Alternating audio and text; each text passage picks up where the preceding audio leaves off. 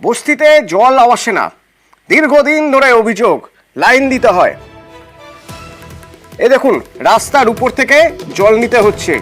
কিভাবে জল নিতে হচ্ছে, এই যদি ছবি থাকে জল নেওয়ার, তাহলে খিদিরপুরের আরেকটা ছবিও আপনাদের দেখাই।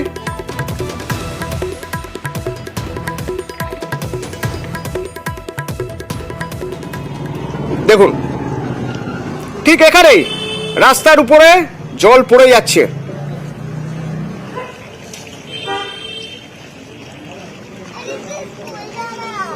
মানুষের যাওয়া আসার রাস্তার উপরে জল পড়ে যাচ্ছে, আর ওদিকে জলের সমস্যায় ভুগছেন বস্তির মানুষ, কারণ বস্তিতে জল পৌঁছয়নি।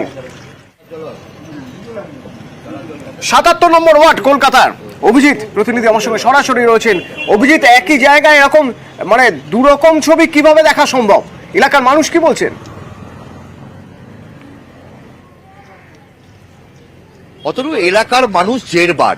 এলাকার মানুষের বক্তব্য যে তারা স্থানীয় কাউন্সিলরকে বারবার তারা জানিয়েছেন যে একদিকে এই মূল রাস্তায় যেভাবে জলের কল থেকে জল পড়ে দেদার ভেসে যাচ্ছে, যেভাবে জলের অপচয় চলছে, একটা কলেও মানে সেখানে লক নেই, অর্থাৎ কলের যে মুখ, সেই কলের মুখ নেই, ফলে সেখান থেকে কোনো রকম ভাবেই জল অপচয় আটকানো যাচ্ছে না। অন্যদিকে যে বস্তির ভেতরে কোনো জলের প্রেসার নেই, ফলে এক প্রকার তাদেরকে এই যে পানীয় জল বা নিত্যদিনের যে কাজ সামলানোর যে জল, স্নান শৌচকর্মর যে জল, সেই সমস্ত জলই তাদেরকে বাইরে থেকে নিয়ে আসতে হচ্ছে, বয়ে বয়ে নিয়ে আসতে হচ্ছে, নতুবা যাদের একটু পয়সা আছে তারা পাম্প লাগাচ্ছে, কারণ কলের মুখে পাম্প লাগিয়ে বা হ্যান্ড টিউবওয়েল লাগিয়ে তারা জল নিচ্ছে। খুব খারাপ পরিস্থিতির মধ্যে আছেন স্থানীয় বাসিন্দারা, এমনটাই অভিমত। এবং ৭৭ নম্বর ওয়ার্ড, সেখানে পরপর 3টে টার্মে সেখানকার শামিমা রেহান খান সেখানকার কাউন্সিলর, কিন্তু তিনি কোনো রকম কর্ণপাত করছেন না। তিনি বারবার করে তাকে বলা হচ্ছে, কিন্তু এই এলাকাগুলোতে যেভাবে জল অপচয় হয়ে যাচ্ছে, মুখ্যমন্ত্রী মমতা বন্দ্যোপাধ্যায় তিনিও নবান্নের প্রশাসনিক বৈঠকে এই বিষয় নিয়ে উষ্মা প্রকাশ করেন যে এইভাবে জল অপচয় কোনোভাবেই মানা যাচ্ছে না। কিন্তু তারপরেও কেন এই খাস কলকাতার বুকে খিদিরপুরের এই ৭৭ নম্বর ওয়ার্ড, খিদিরপুর এলাকা, এবং সেখানে যেভাবে এই জল নষ্ট হচ্ছে তা সত্যি চোখে দেখা যায় না। এবং স্থানীয় বাসিন্দাদের বক্তব্য, তারাও নিরুপায়। স্থানীয়দের বক্তব্য শুনবো। অভিজিৎ, ধন্যবাদ।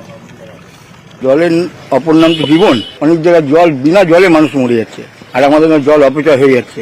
এটা কে দেখবে?